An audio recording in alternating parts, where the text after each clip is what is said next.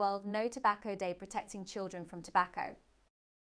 World No Tobacco Day, observed annually on May 31st, focuses this year on protecting children from tobacco industry interference. It is essential to understand why the tobacco industry targets the youth and the harmful effects of tobacco intake in any form on the human body. One of the main components of tobacco is nicotine. Nicotine is a psychoactive compound that exerts profound effects on the brain's reward system, neurotransmitter activity, and neural circuits, contributing to addiction and impacting various cognitive and emotional functions. Why is the youth so easily influenced and targeted?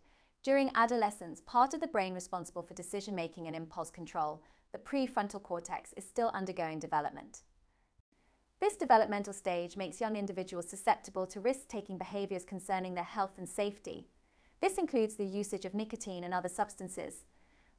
There are many risks associated with exposing their developing brains to nicotine, such as increased vulnerability to long-term consequences like nicotine addiction, mood disorders, and enduring reductions in impulse control, and potentially damaging brain regions crucial for attention and learning processes. Nicotine can have significant effects on the brain, particularly when it comes to addiction. The brain releases a chemical known as dopamine, which causes mood-altering changes that temporarily make the person feel good. Inhaled smoke delivers nicotine to the brain within 20 seconds, making it highly addictive, giving feelings of relaxation and pleasure. This level of addiction can be compared to that of opioids, alcohol, and cocaine. Repeated use results in the brain reducing the number of dopamine receptors, which hence creates tolerance and subsequently reinforces addiction.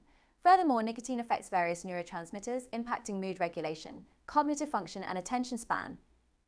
Chronic nicotine exposure leads to long-term changes in brain structure and function, altering synaptic transmission, receptor density, and neuronal connectivity, contributing to dependence and addiction.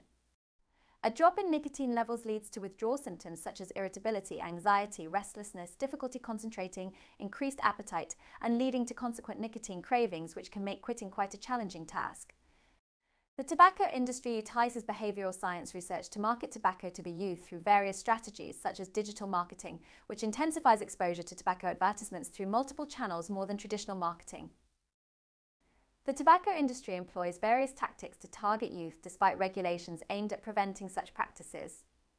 These include advertising and marketing strategies that appeal to young people, such as colorful packaging, catchy slogans, and imagery associating smoking with glamour, independence, and social status.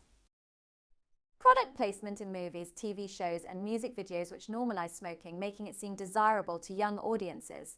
The introduction of flavored tobacco products like fruit or canne fruit or candy-flavored cigarettes and e-cigarettes masks the harsh taste of tobacco, increasing its palatability.